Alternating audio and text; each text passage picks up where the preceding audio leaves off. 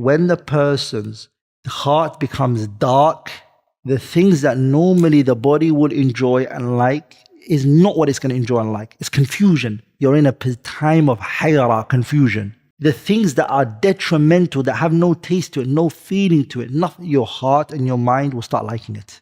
So I remember I was doing in the UK, I was studying security job.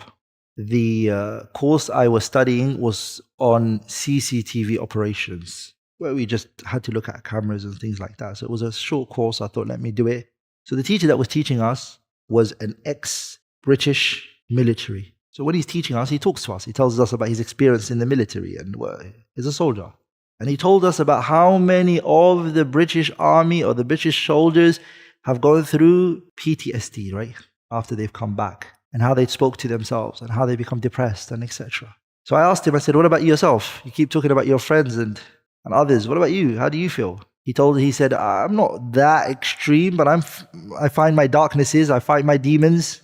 In history, have you ever seen amongst the companions of the Prophet ﷺ who participated in Badr and Uhud and the battles of the Prophet ﷺ are going through PTSD? Have you read that there? Why?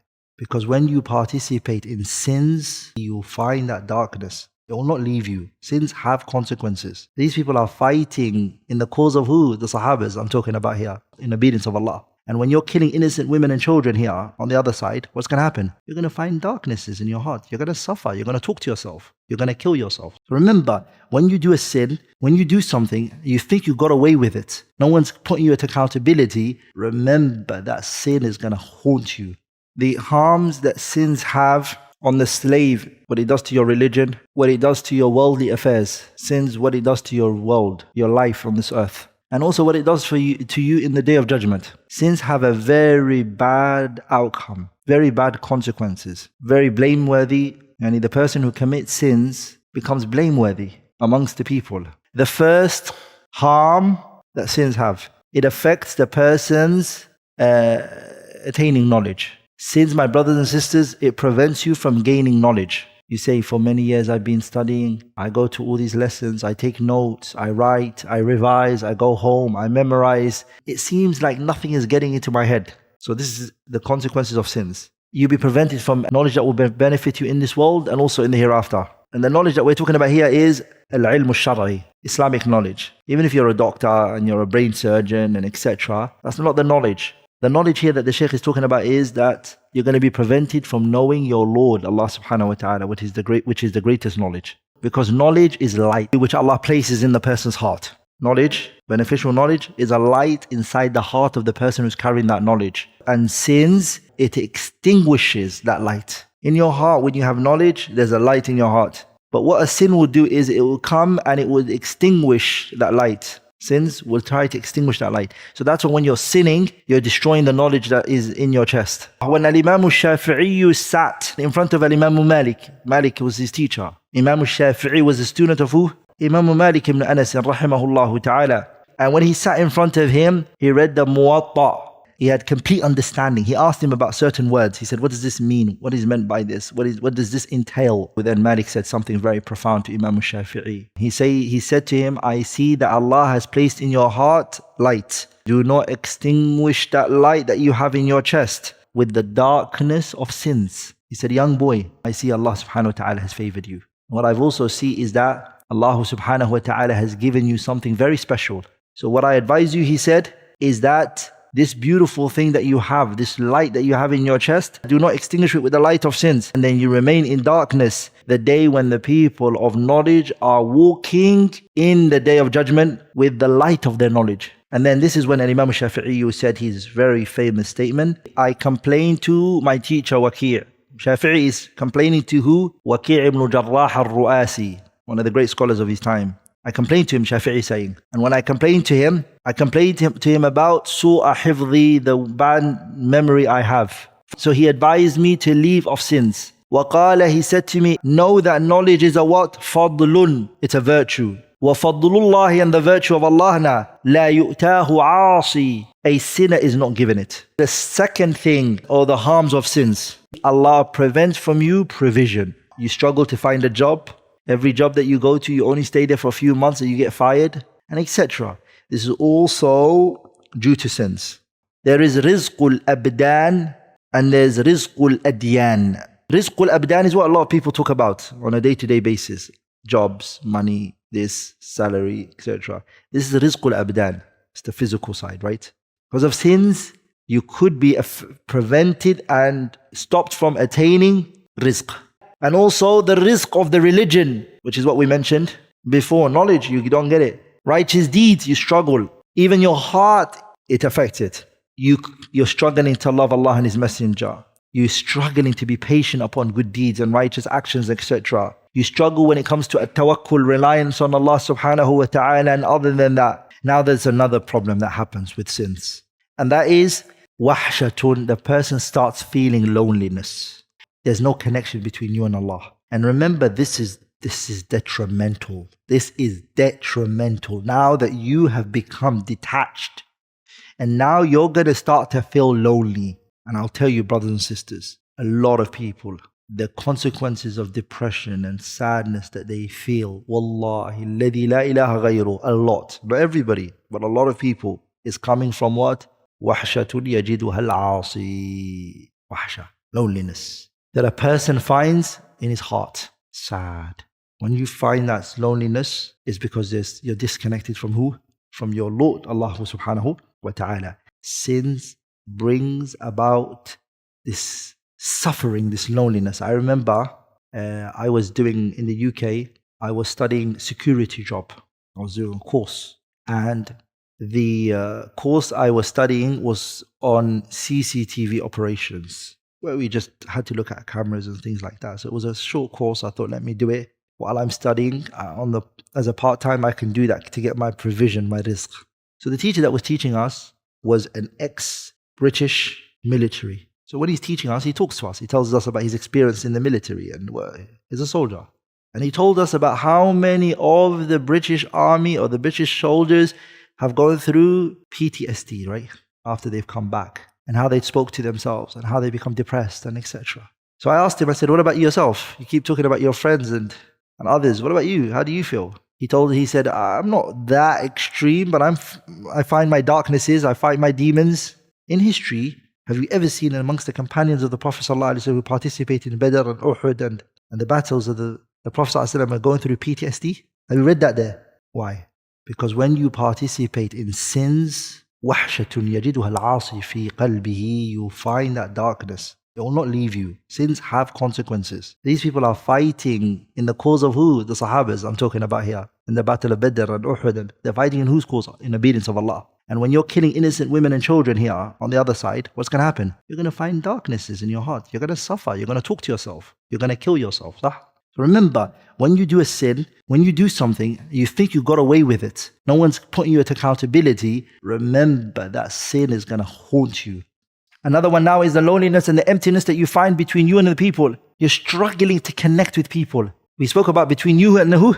The wahsha and the disconnection and the loneliness that you find between you and Allah. Now you struggle to have a relationship with the people. Loneliness and emptiness inside. But the people here that the Shaykh Rahimahullah is talking about is, you will struggle to connect with the people of good.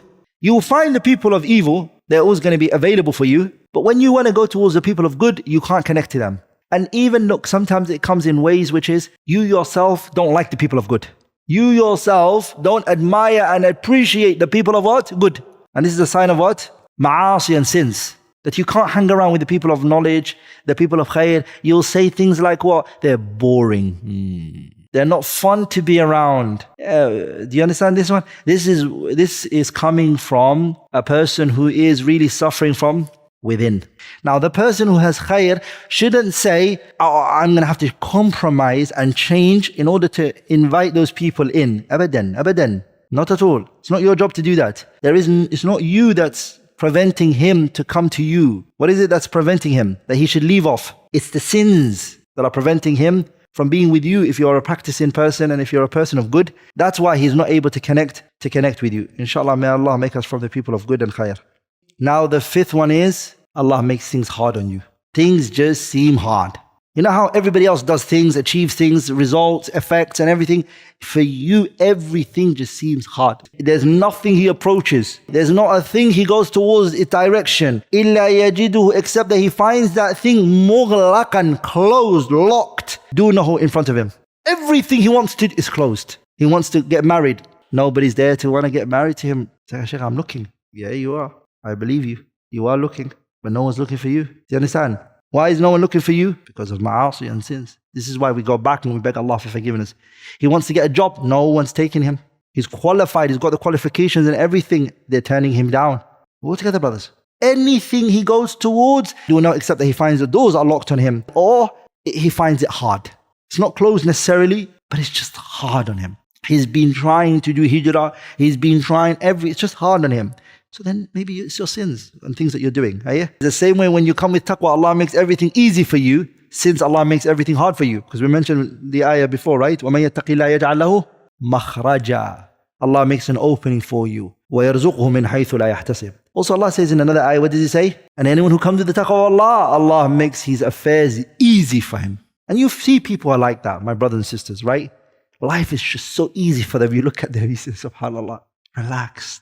This one is darkness that the person finds in his heart. You start to feel darkness in your heart. And this is not metaphorical. You will actually feel the darkness. Even I'm fighting my demons. What is that? It means I'm fighting darknesses, right? Darkness. The person can actually feel that darkness. But Allah says that it's not the eyes that become blind. It's the heart that becomes blind.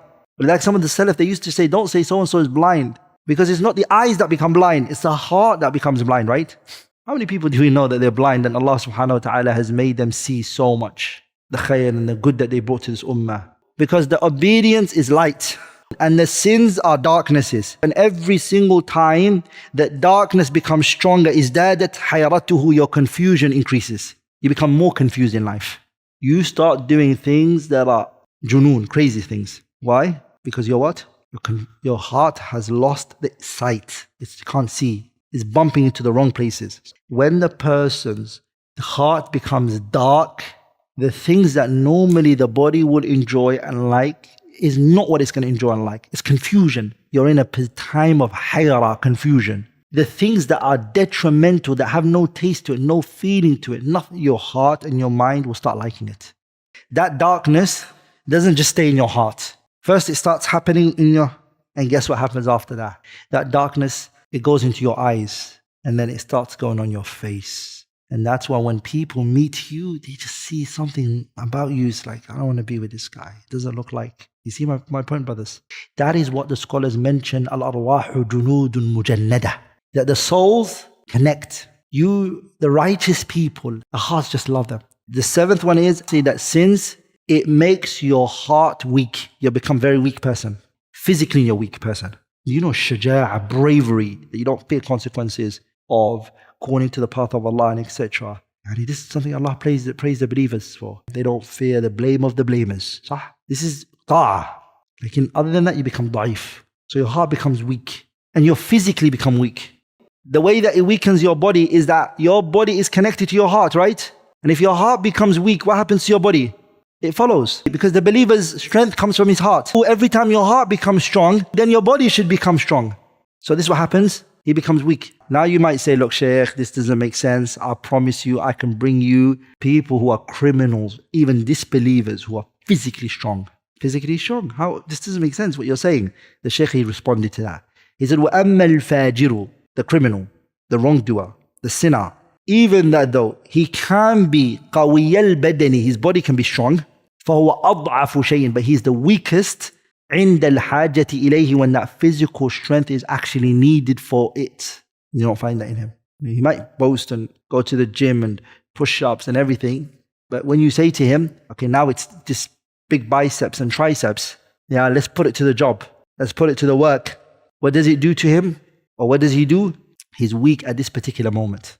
Like for example, he struggles to wake up for Fajr, for example. What happened to that physical strength, my brother? Anything I've said that was wrong or incorrect is from me and shaitan, and Allah and His Messenger are both free from it.